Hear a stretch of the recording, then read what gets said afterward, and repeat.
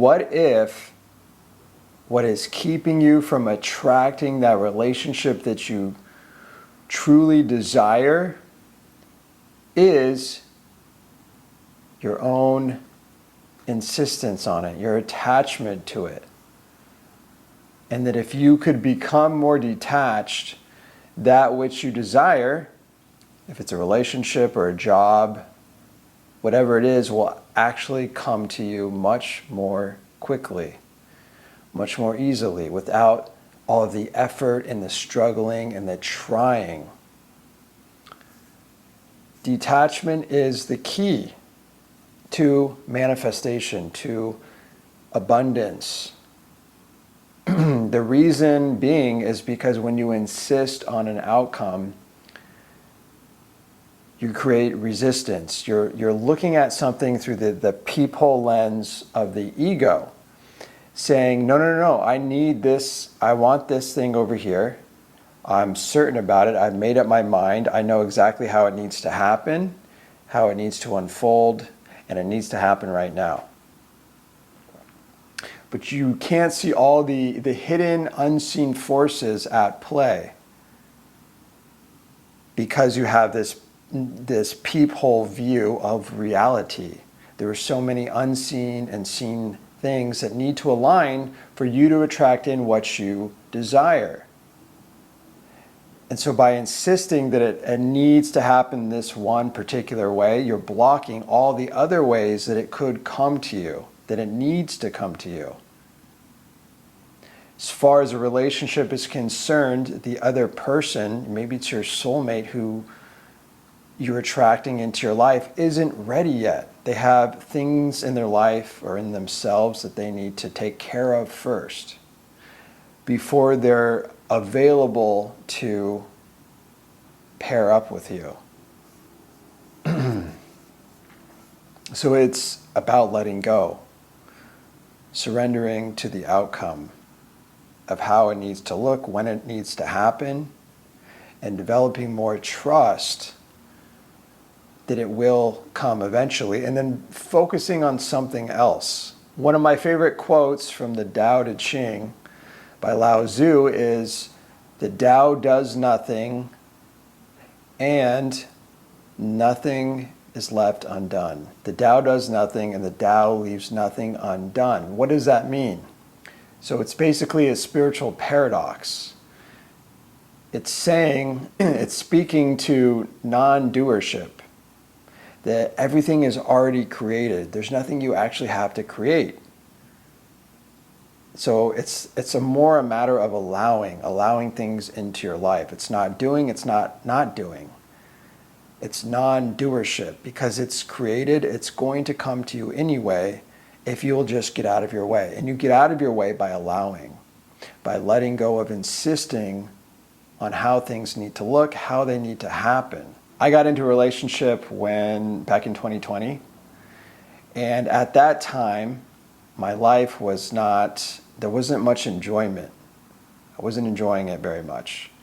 And so this relationship, I put all this pressure on this relationship, like I need to get my enjoyment from this relationship, my happiness.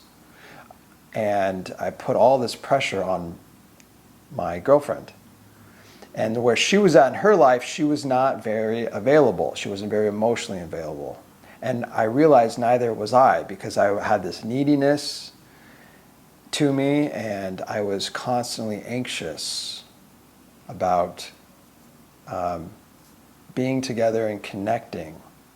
And that's not emotional availability, because in order to be available, it requires calmness. It requires a lack of need. That's where presence arises from. But anyway, she, because of the circumstances in her life, she wasn't very available. And we were continually doing this dance where she was like needed space and I wanted to keep coming closer. And then I was very frustrated. I got to the point where I knew this relationship wasn't working, about 1.5 years, 2 years in. And I finally just let go. And even then it was difficult. We met in an acting class, and then I I still was hanging around the class, even after we'd broken up. So I was still attached. And I would get jealous, and I was secretly hoping, she would reach out to me. And finally, when I gave that up, and I said, you have it, and because I was like, this is my class too. But when I finally gave that up, and I focused on myself, I went on my own healing journey. I did not date. I wasn't looking for love. I went and did plant medicine. I focused on myself and developing a strong connection with myself.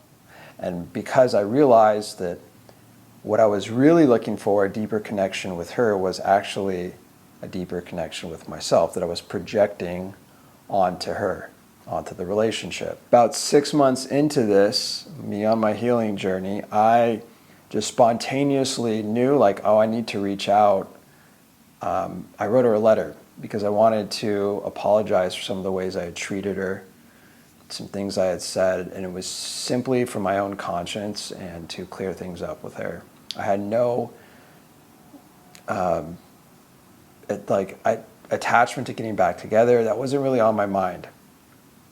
I didn't even think she was going to read the letter, so I sent it to her, and then she reached out.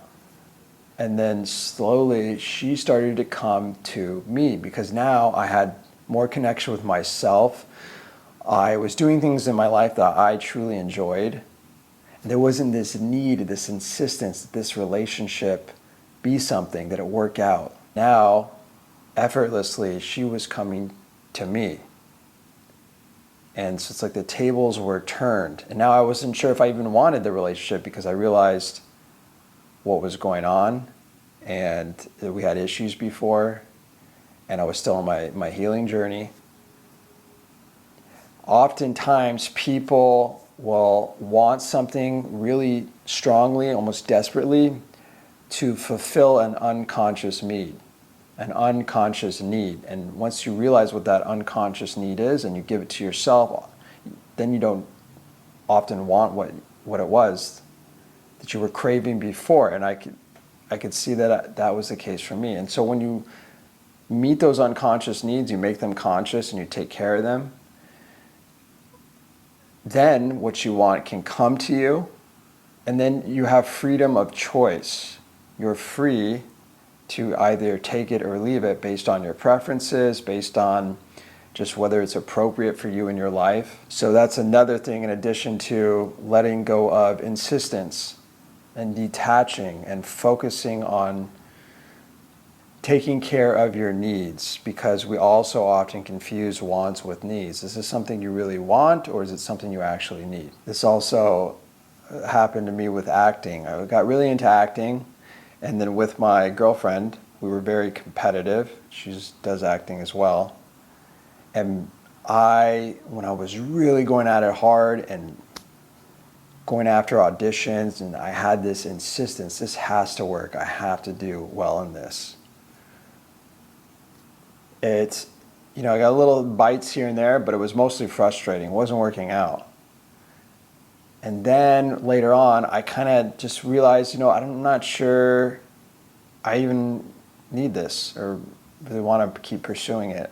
I backed off. And then things came to me. I got this lead role in this short film. I'm not saying it to brag. It was just a small thing, but it was like, wow, it finally showed up when I stopped caring so much about it. And underneath it, I realized there was an unconscious need too, to feel safe. Because if I'm ahead of her,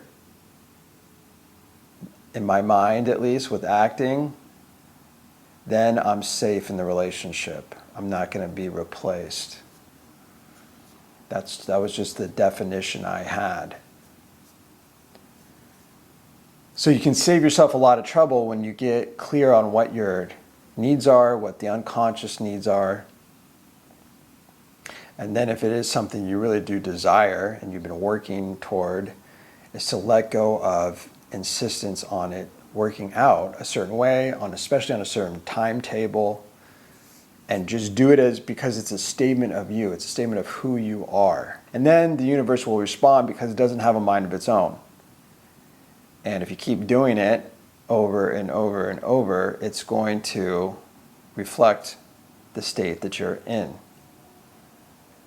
the identity that you hold. And people, I believe, they cling and they clutch so strongly to outcomes.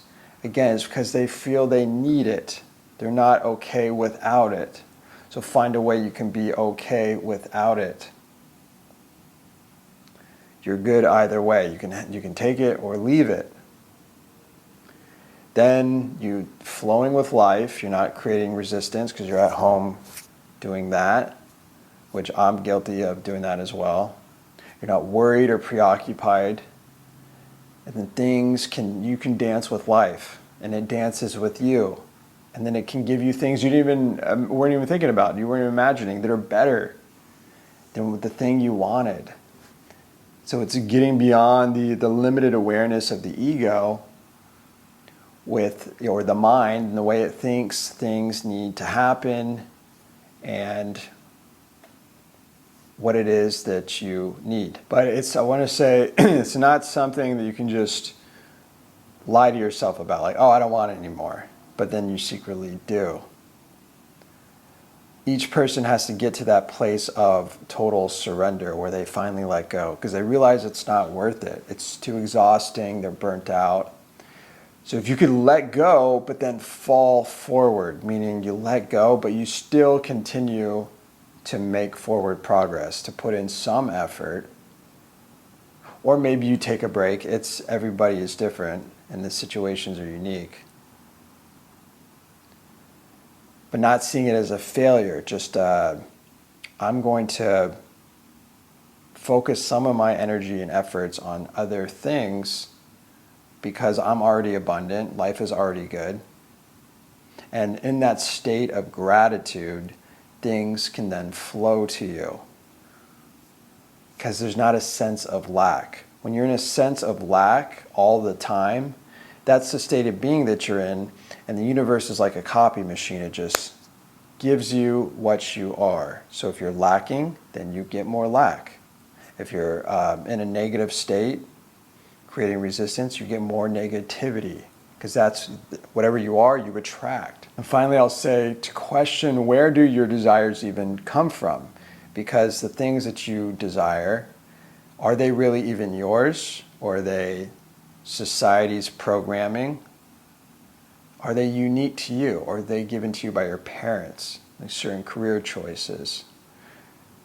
So, like the need for a relationship.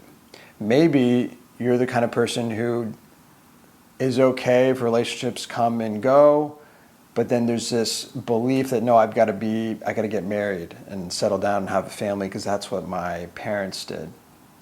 But is that really yours? Is that really your desire? So becoming aware and teasing that out can save you a lot of headache of running around living a life that's not truly authentic to you.